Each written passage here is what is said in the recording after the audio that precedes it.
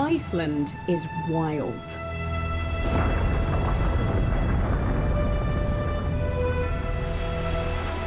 You can admire and feel the huge power of nature in every corner of this island. My name is Roma Wells. I'm a writer who loves to travel.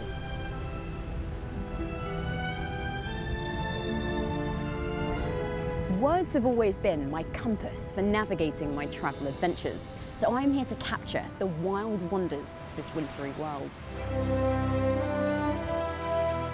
Over 7 times more tourists visit Iceland than people who live here, and most of them base their trip in the capital city, Reykjavik. But on this trip, I'm heading off the beaten track to explore far north of the island. These borderlands of the Arctic Circle get far less tourists, but are no less spectacular, and offer an insight into a wilder and perhaps more authentic side of Iceland. Join me as I try to capture the land of fire and ice in both words and pictures. Nature brings us things that we could never have imagined, and I love capturing those. Meet the extraordinary marine life that call these icy waters home. It's such a humbling feeling to cross paths with these giants. And find out why, historically, knitting is so much more than a cozy pastime here in the north. Honestly, I mean, Icelandic people just survive here because of the sheep.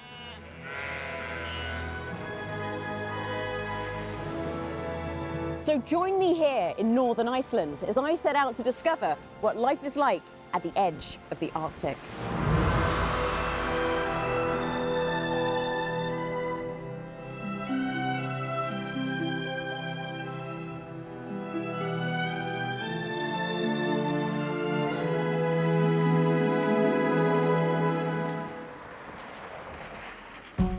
My adventure begins in the town of Husavik, in the north of Iceland.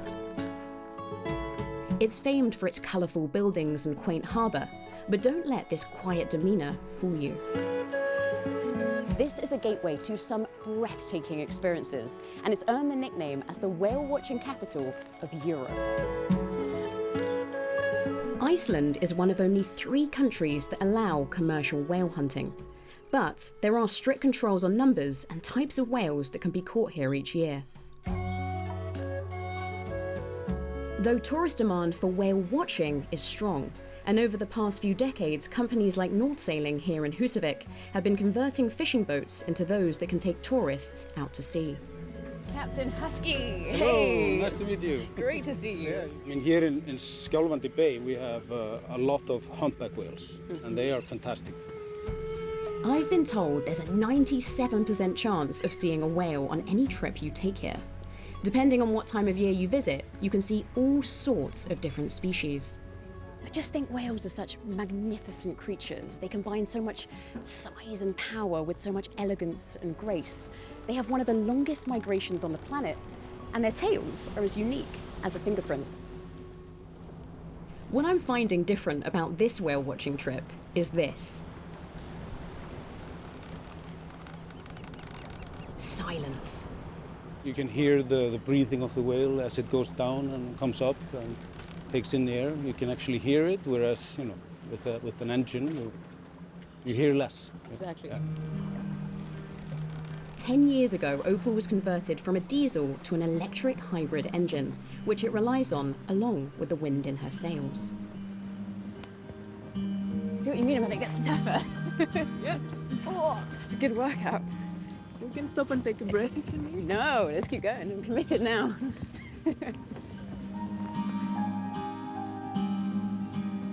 After a few hours on the water and no sighting of any whales, I'm starting to think I might be joining the unlucky few who don't see any whales on their trip to Husavik.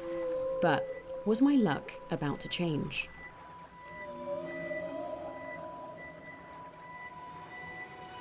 So the captain has heard that there's a couple of humpbacks possibly across the bay. Now, I really hope we get to see them. It is freezing cold and the water is starting to get a little bit rougher here.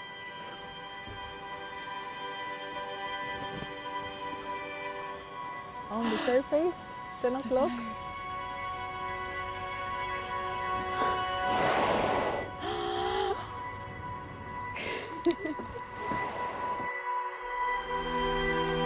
Humpbacks can grow up to 60 feet long and weigh up to 40 tons. Males sing unique songs to attract a mate, and these can be heard up to 20 miles away and can last for hours. Oh, so we have just spotted a humpback over here. Now, it's just phenomenal, even to catch just a glimpse of these majestic creatures. You feel the awe flooding your body. It's mesmerizing. I mean, the moment you see it coming out of the water, it's this sudden enchantment. We weren't sure if we were going to see the fluke, but we managed to see it in the end. And it raised out of the water and it flicked, and then it dove back down, and it's just absolutely mesmerizing. I'm freezing cold, but it's warmed my whole body up just seeing it. It's a phenomenal feeling.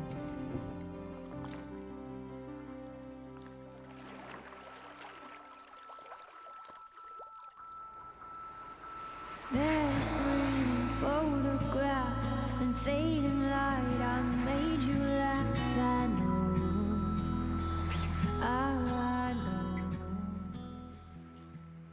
Driving here, it's very dynamic. It's changing all the time. So I never get tired of driving, because every turn you go, something is changing. It's always new. With my feet firmly back on dry land, I'm teaming up with photographer and adventurer Gunnar Gunnarsson for the next part of my trip through northern Iceland. We're travelling in his 4x4, aptly nicknamed the Lava Jeep. I love the crazy weather, the mountains. I love the perspective that you get when you can see something out there. And it just makes your mind wonder, what volcano is it there? How does it look like? We're heading to Lake Miva, created by a volcanic eruption nearly 2,000 years ago that dramatically changed the landscape of this area.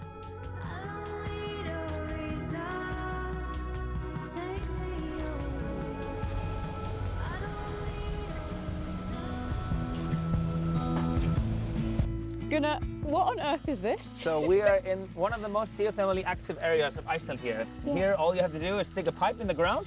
You have a natural hot shower. Call this the never-ending shower. Icelanders have found a way to utilize the power of nature. They use nearly 100% of renewable energy, and sometimes that has quirky results, especially here in the north.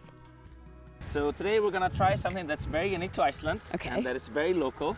You see, we're walking here through the steam, and we're actually gonna be seeing food made here in this area. Here. Yes. We are meeting Thorhalla, who has an interesting method to cook bread for her guests at the nearby Borgarfjós farm resort. So we have done this for years, baking bread, and all farmers around Miva have been baking bread in the ground, underground. Goodness. So nature is the oven. This is amazing. It's like a chest of treasure coming out of the ground here. Delicious treasure. Yeah, so we should maybe just open and see how it is. Oh, wow. Pretty good. That looks good, Yeah. Thorhalla. Well done. And I don't know. We do you smell it. Yeah. Oh, I do, yeah.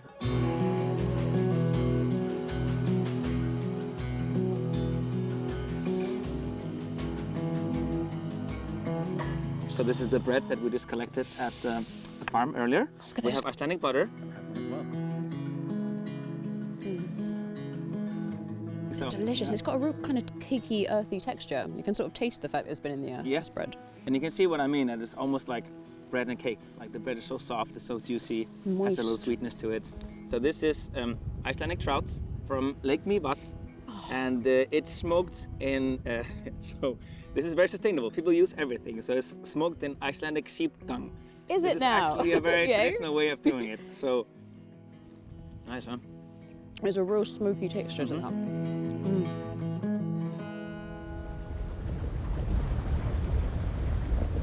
What is this surreal place that we're in?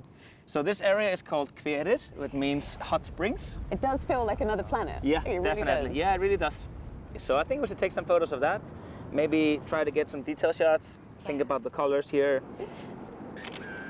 If you go up to the hot spring now, it's gonna be super nice. Yeah. That was nice. And then walk towards me now. Yeah, really nice. Here we go. These are some of the details. Look at that. And I think these isolation shots can be really good of the colors. Absolutely. And then we'll get to that's a nice portrait view here. The cheesy girl. And then I'll show you. I like this a lot. I think this is really nice. Leaning in. Mother Nature is volatile, and these landscapes are full of risks. Accidents have been on the rise as tourists search for the perfect picture, which has led authorities to establish a set of guidelines to keep people safe whilst travelling here. So in Iceland we have something called the Icelandic pledge. So respectful in the way that you take your photos. And for example, you take pictures worth dying for, but you don't die for them. Aha, when you get sound them. logic. Yeah, exactly. One very good way not to die for your photos is to use your drone. There is research to do before flying your drone in Iceland, but stick to the rules and you can get some amazing results. Here, so we have the volcanic crater here. And the snow stripes. It's crazy. It almost looks like a black and white photograph, honestly. It really This is does. actually a photo that I kind of wanted to get for a really long time. If you want to go a bit higher, Go straight up. so there's a shutter button here This for the one here? camera. So take a picture. Nice. It's incredible. Just everywhere you look, it's Yes, astounding, isn't yeah. it?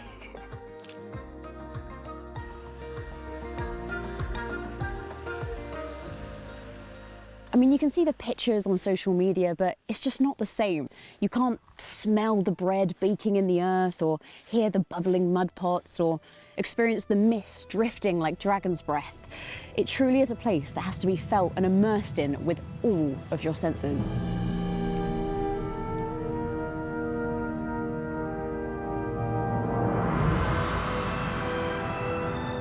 The story of Iceland has been recorded in sagas, oral histories that were written down in medieval times, which Icelanders have used to connect with their past. They feature tales of politics, heroism, and adventure, all with a healthy dose of Norse mythology. This is Skagafjörður. It may look stunning and serene, but the sagas tell us this was the location of a brutal battle between warring Viking families that would herald the beginning of the end for Iceland's independence. The Battle of 1238 is the Battle of Örlygsstaðir, which we can see behind us here. These are the battlefields. These are the battlefields. How pivotal was it? The period, the 1200s, from maybe 1238 to 1260, is the bloodiest and the most brutal time in Icelandic history. It's the story of how we lost the independence. So we lost the independence to the Norwegian king, and we didn't gain it back until 1944. Which is quite a very long time. It's a very long time. So every generation has the responsibility to preserve the history and to mediate it in a way that it can be understood, appreciated. And I think we've come to the next step. We need to use the technology to kind of make it more interesting. New frontiers. Yes. Yeah. Freyja Root is behind the history project 1238, The Battle for Iceland. Carrying on the storytelling tradition, she's taken the tale of this momentous fight from the pages of the saga and turned it into a virtual reality experience. Wow. So This is the spear of Gráusíða, the spear of your chieftain. And this will be something you meet in the battle. experience, right? So you take these real world details and you program them into the experience. Yes. So it's completely accurate. Are you ready? I'm ready. I was born ready. Let's go.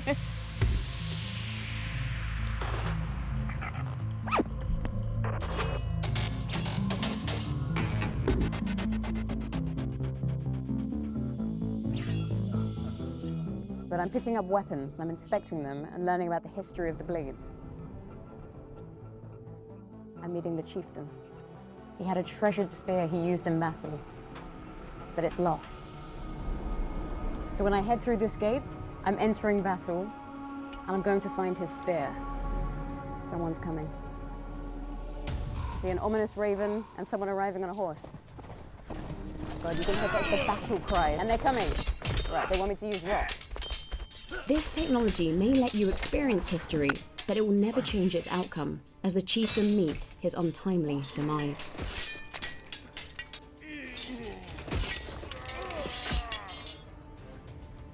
So I'm handing the spear Back to the chief. At last.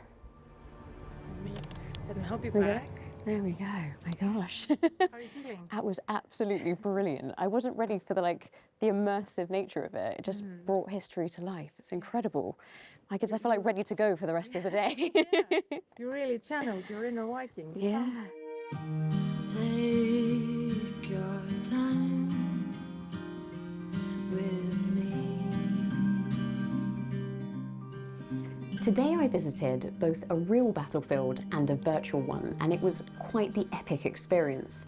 But if there's one thing that it really hammered home, it's just how much there is to learn from these fascinating sagas, and just how powerful it can be when storytelling is updated for our technological world. In the north, as the Icelandic autumn turns into winter, farmers round up their sheep, bringing them back to their farms, so they have a warm barn to stay in during the colder months. Their wool's particular qualities make it sought after for knitters like Helen Magnusson.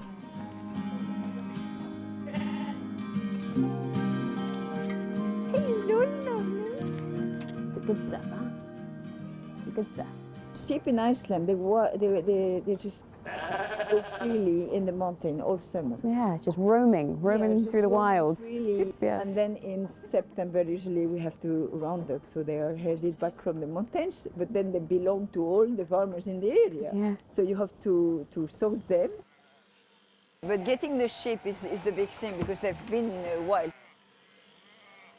All the sheep in Iceland are direct descendants of those brought here by the Viking settlers in the 9th and 10th century. In bygone times, they would have had to endure Iceland's erratic climate all year long. This has led the sheep to develop two types of wool. Creamy, buttercream colours. Yeah. And The now water-resistant outer fleece, called tog, and the thell layer, which keeps the sheep snug and warm, whatever the weather. this is the wool, the best wool you get because it's all clean. Because they've been outside. Yeah, because they've been outside all summer. Whereas the one that is from the shearing in March, it will be, they will have rubbing against each other. And then it will be full of poo and hay. And this wool usually, it will go into insulation or carpeting. And here we go. I have to ask though, your passion for knitting, where did it begin? Was it in here in Iceland? Well, I worked as a lawyer for 3 years in Paris, and then when I went to Iceland, I was just like, okay, this is my home. And so I just quit my job, resigned from the bar, and moved to Iceland. Everybody thought I was completely crazy. Helen wants to keep traditional Icelandic knitting alive. She runs knitting tours, taking tourists across glaciers and over rugged terrains or historical sites in search of inspiration for their next design.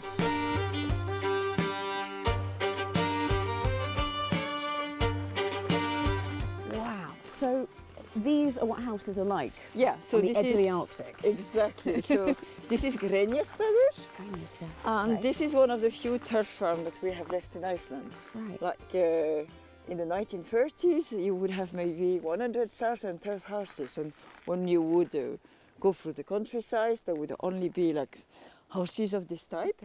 But then they got all tear down, destroyed, and they come from the old Viking house. They are made with whatever was available on the terrain. So usually it's a blend of rocks and turf. And obviously this one has lots of stones. Yeah, are they getting this from out Yeah, here? they come from the lava field over there. So in these intense conditions, you really need to keep warm here. Yes, you do. So lots of wool, lots of sheep. We're ready. Yeah, I mean, honestly, Icelandic people just survive here because of the sheep.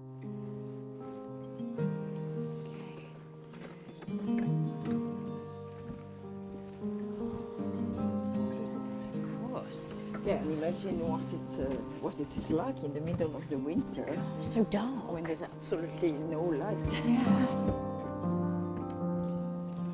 Be careful, it's steep. So in winter time we would have maybe 15 people here. Yeah.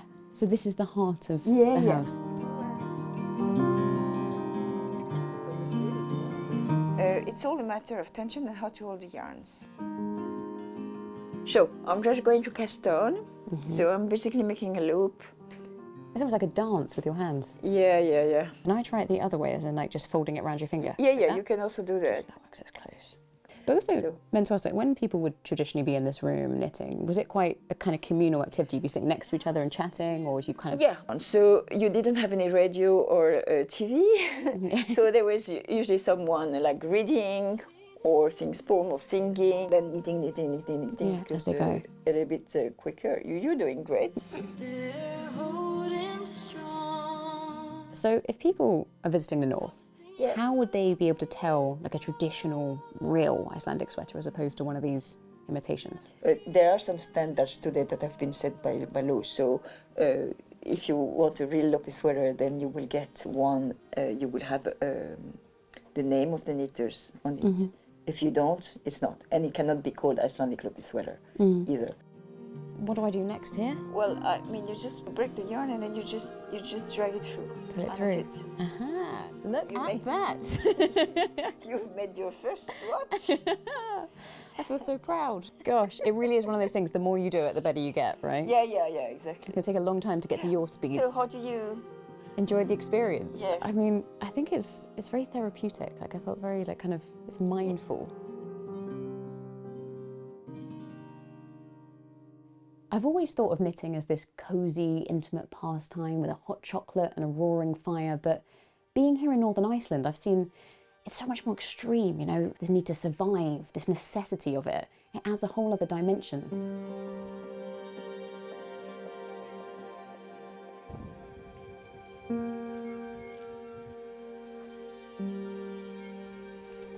Northern Iceland is a place that's hard to put into words.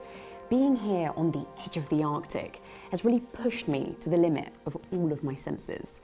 From the breathtaking landscapes carved by fire and ice, to the rich history and folklore, to the incredible creatures that glide its waters. It really is this tapestry of extreme wonders, woven together as vibrantly as the iconic Icelandic jumper. There are just so many secrets here waiting to be unearthed. But there is one thing that I haven't seen. The sometimes elusive Northern Lights.